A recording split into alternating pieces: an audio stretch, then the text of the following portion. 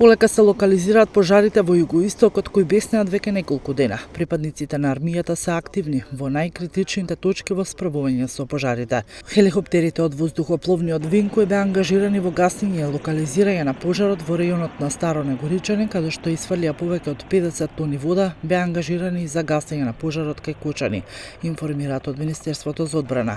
2 хеликоптера непрекинато учествуваат во гасење на пожарот и ставање под контрола, а еден хеликоптер е во целосна подготвеност за ангажирање. Во исто време во касарните во целата подготвеност за ангажирање се ставени уште 1000 припадници на армијата, кои во случај на потреба ќе бидат ангажирани, посочуваат од ресорното министерство. Состојбата се менува час во час и ние ги имаме ангажирано сите расположливи ресурси и верувам доколку не се појават нови во текот на денешниот ден, ќе воспоставиме целосна контрола врз сите пожари, изјави директорот на Центарот за управување со кризи Стојан Чангелов. На многу места действувавме, проценувавме каде е најризично и најпотребно, таму ги упатувавме хеликоптерите.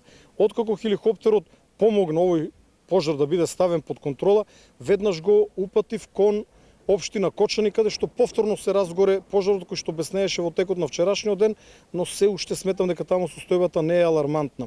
Во текот на вечерта, доколку успееме, ќе бидат ангажирани хеликоптери на српското воздухопловство, но веќе снемува време. Проблемот настана тогаш кога нашите хеликоптери беа на терен. За да можат српските хеликоптери да летат, треба да имат придружба од нашите хеликоптери, бидејќи не го познават теренот, но кога пристигнаа српските хеликоптери, нашите веќе беа на терен и не можеа да прават придружба. Во текот на утрешниот ден, уште во раните утрески часови, веднаш после 5 часот, оному каде што ќе процениме дека е најкритично, ќе действуваат 5 хеликоптери, 2 наши, 3 српски.